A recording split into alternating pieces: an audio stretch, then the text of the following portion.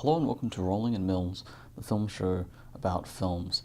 The film for discussion today is John Cassavetes' 1974, A Woman Under the Influence. Now, I've heard some things about John Cassavetes for some time, and particularly this film, but also Love Streams I've heard is really great. Anyway, I finally got around to watching this, and I love it.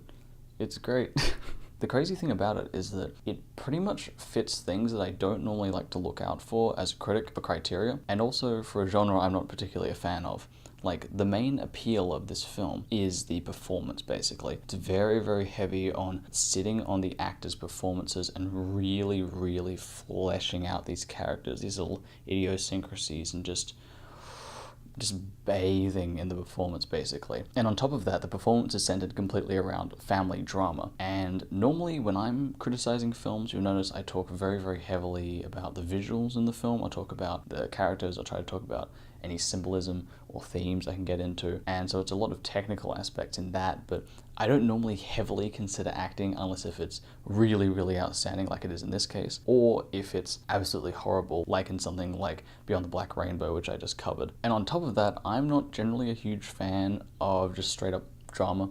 It just doesn't particularly interest me. I find that you can have very, very good drama in some very, very good films, but straight up like family drama, not usually a huge fan of it. This film totally blows all of that out of the water though. Like, it's kind of unreal, and the great thing about going into films with no knowledge of what to expect, because for a while now I've been trying to go into every single new film I've seen knowing nothing. So oftentimes I find myself pleasantly surprised by going, this is not at all what I expected, which is absolutely wonderful. The film basically follows Gena Rowlands playing Mabel Longetti, who is this really neurotic and generally psychologically very disturbed woman, really slowly spiraling into madness. And it should be noted that every character in this film is a horrible person without condition. Basically, it has what I like to call happiness syndrome. Even though Happiness is not a film that I'm head over heels with, this is actually a really good example of how to do every character is terrible well. In Happiness, for me, it got really grating very quickly. Like, you're just kind of surrounded by these terrible people, and I'm fine with exploring terrible people because they're generally very interesting, and they have very interesting psyches, because flaws in characters are really interesting. The thing you don't want most is a character who is perfect, basically, because they're not interesting. They just do everything correct. The other end of that is you don't want a character who is so flawed that they are incapable of doing anything, unless if that's for like comedic effect, say. But this handles it so perfectly. In the beginning, at least, Gena Rowlands is basically shown to be completely unstable and not fit to be around a bunch of kids,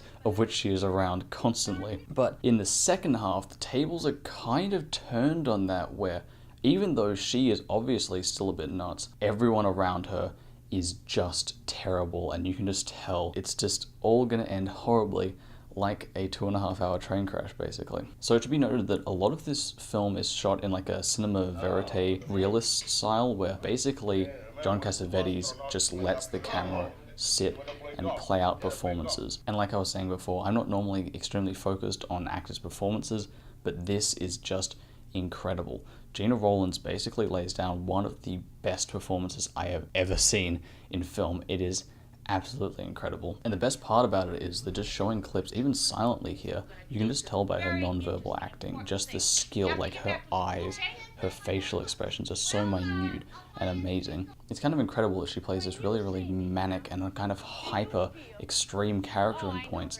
but even in this really overt character performance, she has so many minute subtleties in the film. And it's just beautiful to watch just the camera just focus on her, and all the other actors, actually. There's a fantastic scene early on where Gena Rowlands' husband brings a bunch of his friends over, and they're all sitting at this dinner table, and it probably lasts close to like 15 minutes, and the whole scene has this really improvisational tone to it. You can tell some actors are just talking over each other, and it's really naturally shot. It's almost as if, and I'm pretty sure that this is how it actually happened, they sat the actors down at this table and basically just walked the camera around and were just shooting from as many angles as they could. And it creates this really, I mean, it's basically real. That's the point of realism, funnily enough. It creates this beautifully naturalistic sense of just this scene playing out in real time. And I'm watching this, and it's going on for quite a while, and the plot hasn't really been established established yet fully. There's just been some very, very minor stuff before this. Basically, the scene accumulates and ends in Gina Rowland's husband, Nick Longetti, just having this angry outburst at her, and the shift in tone is just mesmerizing. It's just such a polar, straight 180 turn, and it's really amazing that you get this really long 10 or so minute build up almost in real time with these characters having a great time, really naturally talking over each other in what is basically unscripted ad-lib dialogue, and you just get this sudden turn, and it's just beautiful to watch. And I think that pretty much encapsulates almost the experience of the entire film, really. And I think my main issue with some other like realist cinema, I guess, is that you can essentially just kind of go, okay, I'm going to shoot a scene that would normally take a very, very short amount of time or wouldn't really need to be shown in real time, and then just show it in real time. Like, that's kind of my main downside to something like Southern Tango, which, if you don't know, is like an 8-hour Bela Tarr film, horrifically depressing, but there are just so many shots of just people doing very, very mundane things. But the whole point of that film is to basically depict life as mundane, as this whole extreme like nihilistic message in it, and I really, really like it for that. I really like it for other aspects. But it works really, really well for this, because that scene actually sets up Nick Longetti having this horrible, angry complex where he just has this horrible outburst. And like I was saying before, the tables are kind of turned from Gina Rowland's character, where she goes from being the pure crazy one to everyone around her being the crazy one, starting with her husband just basically almost being like a sociopath, and his mother almost having like borderline personality disorder. She kind of reminds me of Tony Soprano's mom in The Sopranos, just this horribly depressed, just cancerous person. But unlike Happiness, these people are really, really interesting to watch, and you just get this sense of dread that even though Gina Rowland's character is kind of crazy and it's not really her fault, you kind of get the sense that she's all trapped up in this and she's just totally lost and confused. She is just surrounded by the worst people to be around, and that's played out very, very well. And I think actually another issue with Happiness, and I don't want this to turn into a Happiness review, but this is my last point on this. The issue with that is that all the terrible, terrible people in that film are kind of portrayed as like wacky and edgy, and it's kind of pretentious in that sense. With this, the people just feel extremely real, and I guess that's the whole point of shooting it like a realist, like cinema verite style, is that these people just feel so genuine in how horrible they are. Okay, so I'm going to briefly go into spoilers here. If you want to skip them, click here. It'll take you to the non-spoiler section and my final rating. If not, stay on. I absolutely love the wife escaping into the fantasy world of Tchaikovsky's Swan Lake. It's an absolutely beautiful piece of classical music, and her escaping back into it again is a really, really nice callback to her doing it first with her kids. It's almost like playing with her kids, of which she gets really, really involved in, is just this escapist method to just avoid responsibility and avoid sanity almost in reality. And it's a really interesting clash between theme and character and style of shooting, because you have a character trying to escape reality and a style based in trying to show reality in its actuality and not editing quickly or editing around things or scripting dialogue, which you would normally do in a narrative film and is totally fine. But just to pick this particular style where you just unfalteringly show just the rawest things from actors, and particularly unscripted lines from actors, is just excellent, beautiful. And I think that's what really makes a good film for me,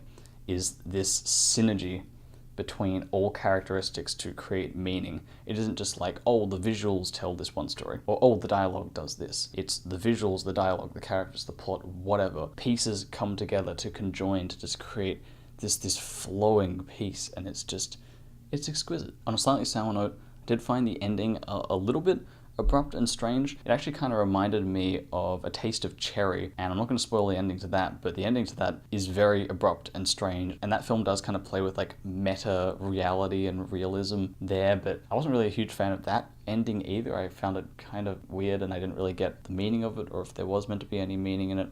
I don't know, but I'm not exactly sure what the purpose of the ending of this film was. Basically, Gina Rowlands and her husband just kind of go back to normal for a little while, but she's still crazy, and then the credits are kind of playing over the final scene. It's very, very strange. And one thing I totally forgot to mention that is kind of crazy when you think about it, Gina Rowlands is actually John Cassavetes' real-life wife.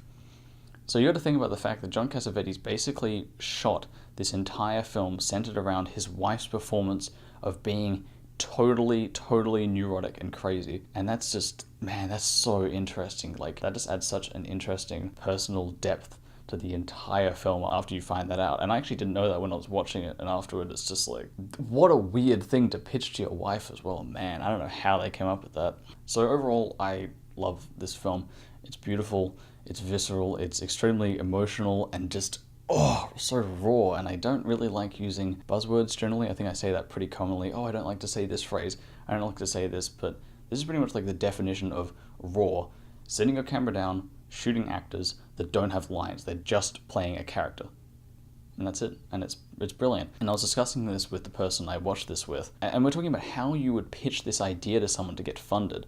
Like, oh, by the way, I'm going to make this film that is almost entirely dependent in quality upon one actor's performance, basically. The other actors in this film are great, but I mean, Gina Rowlands she just steals the show by far. And it's kind of crazy to think that this could fail so easily. So easily in the wrong actor's hands, wrong director's hands, wrong anyone's hands. And it's just beautiful that it just comes together perfectly in a neat bow. Feeling a 93 on this one. Brilliant. If you want to see my other reviews, click them down here. You probably like them. Some of them good films. Some of them I'd really recommend. And have a lovely day.